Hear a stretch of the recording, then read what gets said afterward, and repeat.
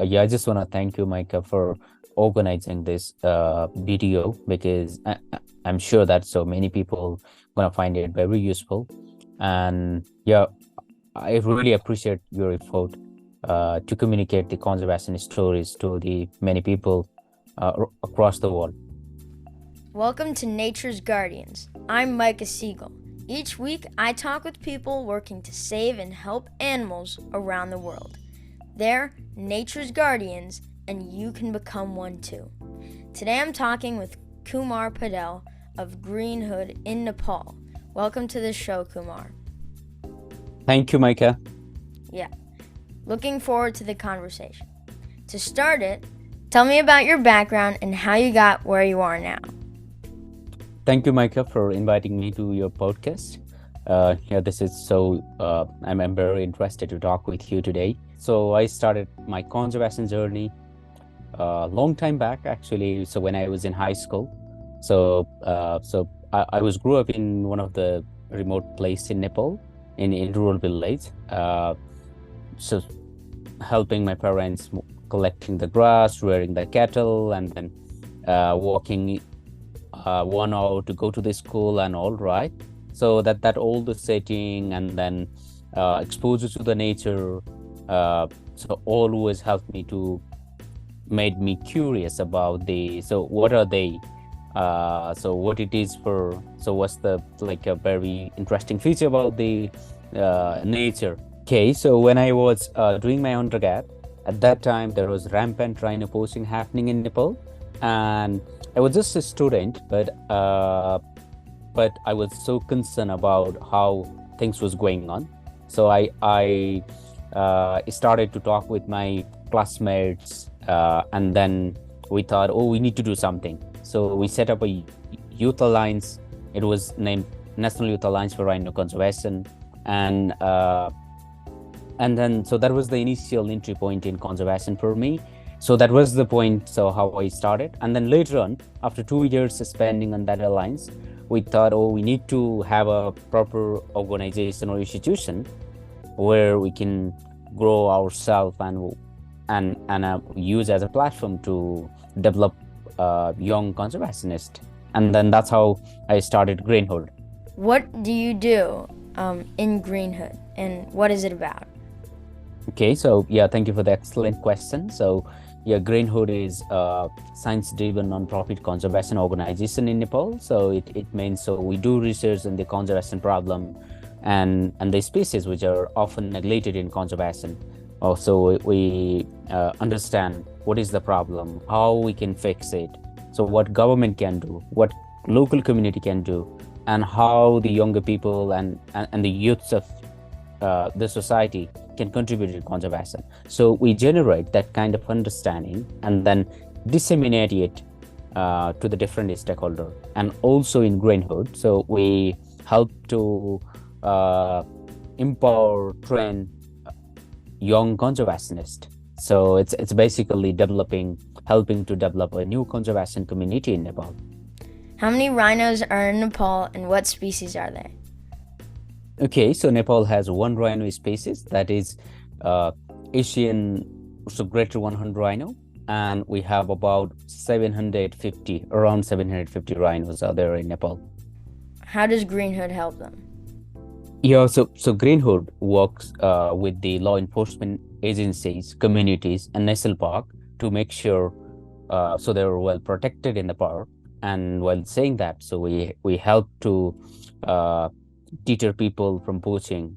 We help to spread the conservation awareness, and we help and we work with the local communities, community-based anti-poaching units to better engage in the conservation programs. So those are the intervention we do. How many rhinos have been poached? Earlier, when I started to work on the conservation, so before establishing Greenhood, rhino poaching was a big problem for Nepal. Lots of rhinos were poached every day, but with the help of all the stakeholder and the very strong government so Nepal successfully curbed the poaching and also celebrated zero poaching year for many years. So poaching is not really a big threat at the moment for rhino in Nepal, but it's still, so there are some poaching, so the probability of poaching is always there. What can you tell us about the poachers, and have you met any of them? Yeah, so I have met many poacher and traffickers. Actually, I have spent more than a year traveling prisoners inside the prison. So meeting them, talking with them, learning about who are they, why they do it, why they push rhino and the other wildlife, and then how actually we can deter them from participating in the illegal wildlife trade. So I have met many poachers, inside the prison, and some of them even after even after their return to the communities. Can you tell us any stories about the poachers? Yeah, so I have met many, like more than 150 wildlife prisoners, and majority of them were involved in the rhino poaching. So they had their own unique stories. So some had one kind of story, another had another. But yeah, so to be very specific, and if I have to give one example, then I have met one old guy from Chitwan. So he was a indigenous person from the indigenous community who was relocated from the national park because so park was relocating people outside the park. And then earlier, so he used to like fish, and he used to collect the medicinal plants in the forest, and then that's how his livelihood was like shaping up. So when he was forced to move outside the protected area, then he couldn't find a similar kind of job. And then so some trafficker so tricked him, so and then gave some little money, like just $50, and then made him to poach the rhino. So and then so I met him inside a prison, and then he was telling me all those stories, and he was feeling so yeah, I was feeling like, so he was very regretful on his acts. And then he was telling me how that affected his family, how that affected his social prestige and all. So yeah, it was really like tragic and definitely unfortunate to hear that story. What have you found has worked to stop poaching? Yeah, Mika, so the poaching is a really complicated problem. So there is no one such solution to this kind of problem. Uh, so far, since Nepal has successfully controlled the rhino poaching, what I have seen is, so the perfect coordination, collaboration between the agencies, willingness of the government, right, and the working with the enforcement agencies and communities. So when all comes together, then it works. And in Nepal, so there was a really big commitment. Still, there is a big commitment from the government, even from the prime minister to the forest minister and the other law enforcement agencies, and also the community. So they're really committed. And another big thing I should mention here is that in Nepal, so Nepal army played a big role. So there are more than 8,000 army soldiers protecting the key national parks in Nepal. That is really helping to control the poaching. Can tourists go on a rhino safari there? Yeah, so Chiton is very popular destination for the tourist, and then they can go for a jungle walk, they can do the ponting like booting, and then they can go for a jeep safari, and easily they can see rhino. And sometimes rhino also comes and walks in the town, so it's very common. Do you have any rhino stories yourself? I was always fascinated by rhino when I was a kid, because we have 100 rupees note, and rhino is printed in that 100 rupees note.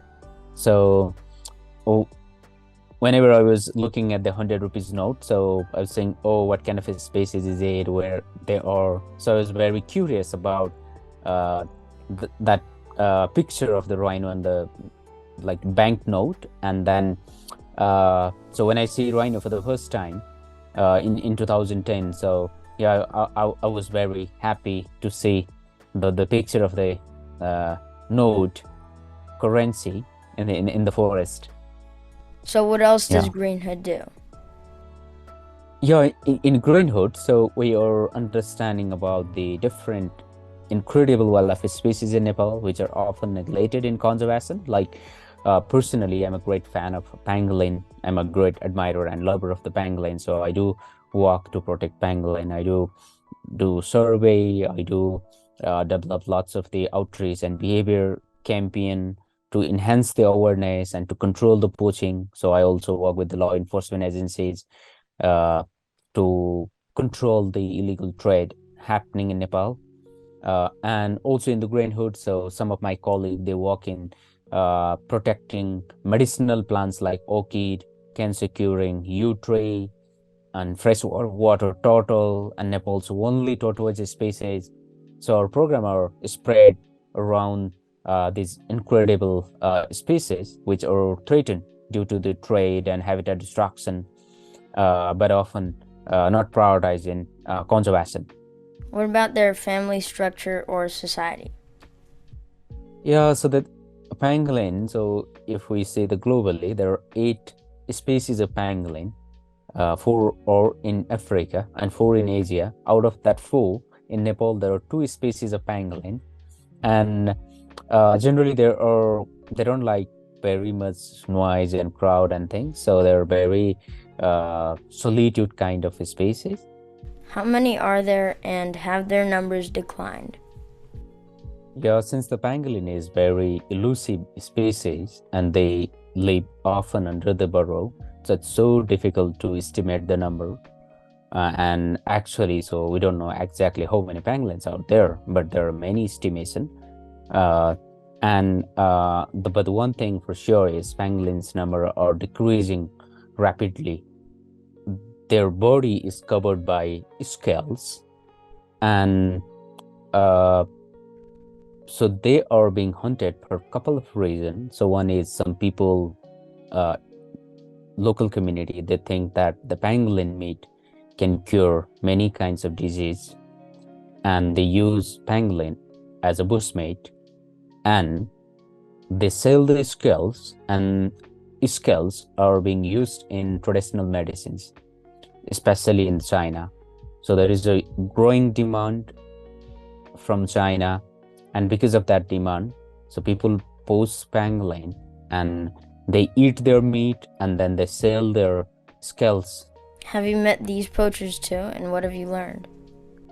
Yeah, so I have met many pangolin poacher and the trader, and what I learned from meeting with them and talking with them is that so often I was thinking, pangolin poaching is driven by international trade, but after meeting and talking with them, so it appeared that it's not only international trade. Sometimes even there is no demand, but people are actively poaching it, thinking that one day that demand can come and we can sell it. Do you think the poachers enjoy it, or is it just about money? Yeah, so actually I have asked these questions to many poacher, and so what they have reported is it's not really for the enjoyment, it's for the easy extra money. Can pangolins be pets? Uh, no, not really legally. So pangolin cannot be a pet because it's a protected wildlife, and people shouldn't pet pangolin. And another thing is, so they're anteater, so it's really difficult to arrange ants and termites every day, all the time, right? So it's very difficult to think about pangolin as a pet. So, what do you think has worked to help pangolins? I think for the pangolin conservation, so we need to work with the local communities to make them aware of these species and to make them like to make them instill love for pangolin. So only that way can help the pangolin conservation, because enforcement is limited, so we cannot have police everywhere, right, all across the country. And unlike two other species like tiger and rhino, pangolins are scattered to the larger areas and habitat, and often they are outside the protected area in Nepal. So the best thing is to educate people to instill love for pangolin. Do people in China also eat pangolins? Yeah, I have not done any field work in China, but what I have read is, so there are lots of evidence people in China actively eat pangolin. So they want to buy the whole animal? Yeah, in many cases, so I have read that, so they want the whole live animal and also the skulls. So because of that, there are many instances here in Nepal. So the live pangolin are being transported to China from Nepal, and then so some of them were seized on the way by the Nepal police. So the wildlife law is really strict in Nepal.